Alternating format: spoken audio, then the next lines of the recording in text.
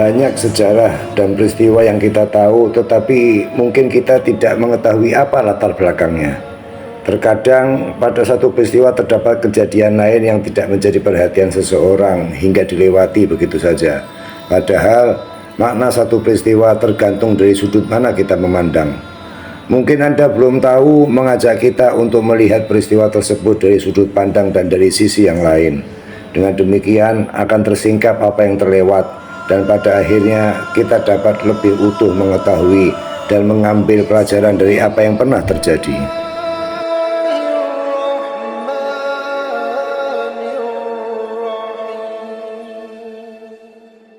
Sejak Selasa subuh 20 November 1979 bertepatan dengan 1 Muharram 1400 Hijriah, Masjidil Haram dikuasai kelompok yang menamakan dirinya sebagai Al-Jamaah As-Salafiyah Al-Muhtasibah yang dipimpin oleh Juhaiman Al-Utaibi. Bagi yang ingin mengetahui detik-detik awal penyerbuan, silahkan menyaksikan di Sejarah Ka'bah Berdarah bagian pertama. Dan berikut ini kronologi peristiwa tersebut di hari ketiga hingga selesainya di hari ke-14. Memasuki hari ketiga, Kamis 22 November 1979, mungkin karena fatwa yang ditunggu belum juga keluar, pihak pasukan kerajaan masih ada keraguan untuk menyerang Ka'bah secara frontal. Pada dini hari ketiga, artileri Saudi mulai menargetkan masjid, tetapi mereka menyerbu dengan menggunakan flashbang, granat kejut yang meledak dengan suara keras dan menimbulkan kelihatan cahaya yang menyilaukan mata. Dengan serangan mendadak ditambah suara keras dan kelihatan cahaya ini diharapkan akan menimbulkan rasa gentar dan kekacauan di kalangan kelompok penyerbu. Pada mulanya cukup efektif, namun karena pasukan dapat mencapai sisi timur Safa dan Marwah.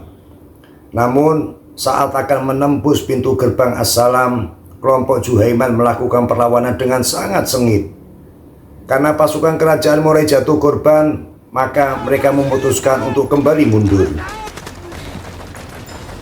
Di hari itu, menurut sumber-sumber yang dapat dikatakan cukup valid mengatakan bahwa Sang Imam Mahdi Muhammad bin Abdullah dinyatakan telah tewas. Namun pihak kerajaan belum menganggap dan mengetahui bagaimana peristiwa yang sesungguhnya. Memasuki hari keempat, Jumat 23 November, setelah lama ditunggu, akhirnya fatwa dari kelompok para ulama keluar. Dalam fatwanya, kalimat yang digunakan untuk menyebut pasukan Juhaiman dan kelompoknya ini sebagai kelompok bersenjata. Pada intinya, mereka perlu diajak untuk menyerah terlebih dahulu. Tetapi bila tidak dipatuhi, maka diperbolehkan untuk menyerang atau melakukan pembunuhan termasuk di dalam Masjidil Haram. Fatwa ini menjadikan pihak kerajaan dapat mengambil keputusan secara tegas. Para pasukan juga tidak ragu lagi untuk melakukan penyerangan, bahkan peperangan di dalam Masjidil Haram. Yang pasti dengan keluarnya fatwa ini, penyerbuan untuk pembebasan Masjidil Haram bagi resmi baru dimulai. Karena seruan menyerah tidak dipatuhi, maka roket mulai ditembakkan ke arah para sniper yang berada di menara. Merekalah yang selama pendudukan menempati posisi yang sangat strategis hingga mudah menembak siapapun yang mendekati, termasuk pasukan yang mendekati Masjidil Haram. Personil lapis baja juga dikerahkan. Perlawanan dari kelompok Juhaiman masih terus berlangsung, termasuk dengan menggunakan bom molotov untuk menyerang kendaraan militer dan tank yang dikerahkan. Pasukan kerajaan terus masuk melalui gerbang Marwah yang sudah hancur.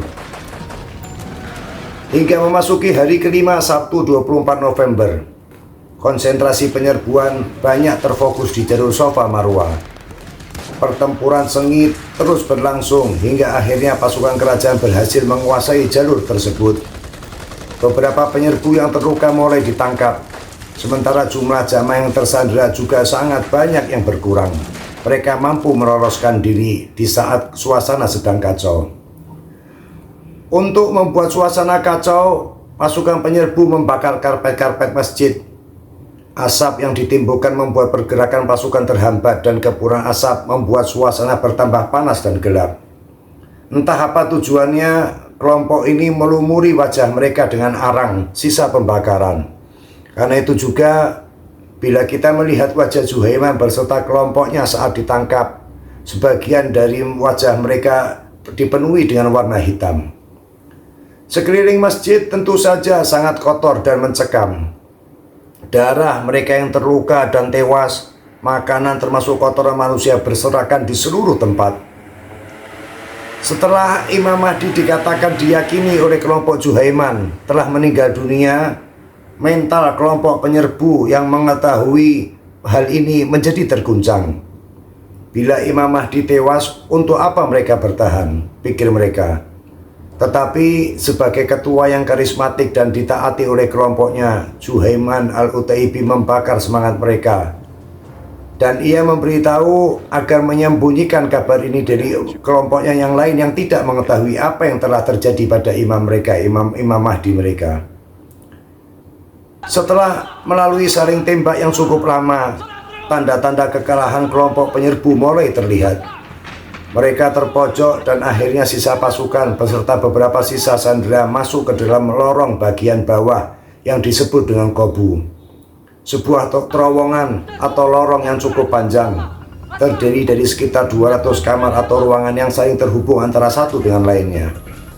Kelompok Juhaiman masuk ke dalam Qobu ini bukan tanpa alasan. Disitulah mereka menyembunyikan makanan, minuman, dan berbagai kebutuhan selama penyerangan, termasuk senjata cadangan. Berbagai barang tersebut telah diselundupkan masuk beberapa hari sebelum penyerbuan yang telah mereka rancang dengan cukup matang. Memasuki hari ke-6, Minggu 25 November. Mulai hari ke-6, kelompok Juhaiman berada di dalam Qobu.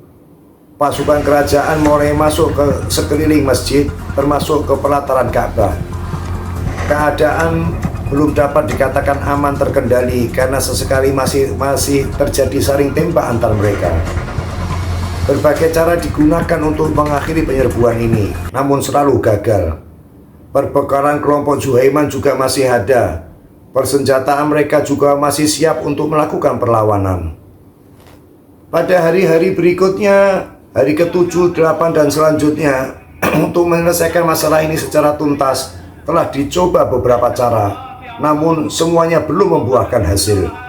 Karena itu juga pihak kerajaan akhirnya meminta bantuan dari Prancis mengenai cara yang efektif untuk menyelesaikan kelompok penyerbu yang berada di dalam Qobu. Hari-hari berikutnya juga masih dalam kondisi yang nyaris sama. Kelompok Juhaiman masih bertahan. Mereka menembaki siapapun yang mendekati pintu Qobu. Suasana masjid masih kosong, yang terlihat hanya para sandera yang terus-menerus siap dengan persenjataan mereka.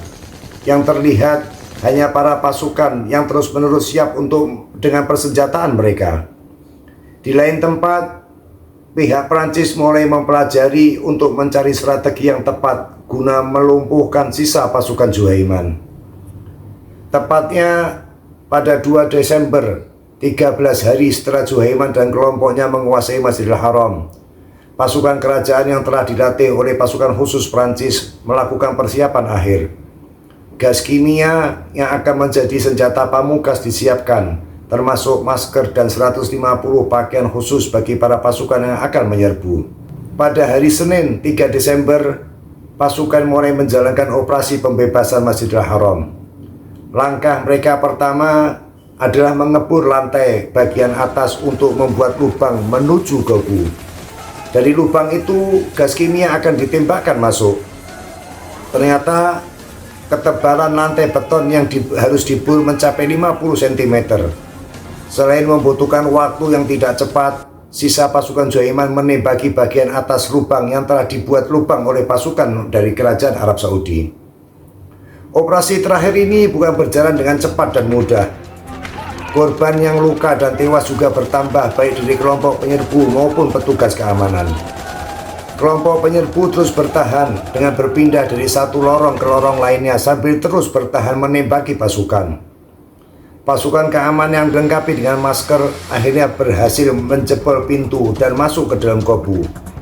Sisa pasukan Juhaiman yang bertahan di sudut-sudut ruangan tak mampu lagi lari. 63 orang digelandang keluar sebagai tawanan, termasuk pimpinan mereka Juhaiman al-Utaibi. Misi pembebasan dianggap selesai setelah terlewati lebih dari 18 jam. Dini hari Selasa 4 Desember sekitar pukul 2, penyerbuan kelompok Juhaiman ke Masjidil Haram resmi dinyatakan berakhir. Dan keesokan harinya 5 Desember 1979, Raja Khalid mengumumkan secara resmi Masjidil Haram telah dibebaskan dari kelompok penyerbu. Bagian dalam masjid yang sempat kotor dengan darah, mayat, kotoran, dan lain-lain segera dibersihkan. Beberapa bagian rusak terkena bom, peluru, dan dibakar. Namun Ka'bah tetap berdiri dengan kokoh dan suci, tanpa terkena apapun juga. Jumlah korban dari peristiwa ini diyakini banyak pihak cukup banyak, mencapai angka ribuan. Tetapi angka resmi yang diumumkan dari pihak keamanan 127 tewas dan 451 lainnya terluka. Sedang dari jamaah peziarah yang berasal dari berbagai negara, termasuk Saudi Arabia sendiri, tercatat 26 orang tewas. Untuk kelompok Juhaiman dinyatakan 117 tewas dan 63 tertawan yang akhirnya mereka menjalani hukuman mati. Demikian kisah tentang penyerbuan Masjidil Haram oleh kelompok Juhaiman al-Utaibi. Bukan hanya patut disayangkan, namun apa yang dilakukan oleh kelompoknya di luar nalar manusia yang beriman dan bermoral. Bila sekedar pemikiran, mungkin tidak akan berakibat sefatal ini. Namun karena menyangkut keyakinan, apalagi keyakinan tersebut didakwahkan, mengajak orang lain mengikuti pemikiran yang diyakininya, maka terjadilah penyerbuan sehingga dinyatakan sebagai sejarah Ka'bah berdarah. Apa yang terjadi sudah selayaknya diambil sebagai pelajaran yang sangat berharga bagi kita semua. Demikian, wallahu a'lam. Sampai berjumpa di mungkin Anda yang belum tahu yang lain.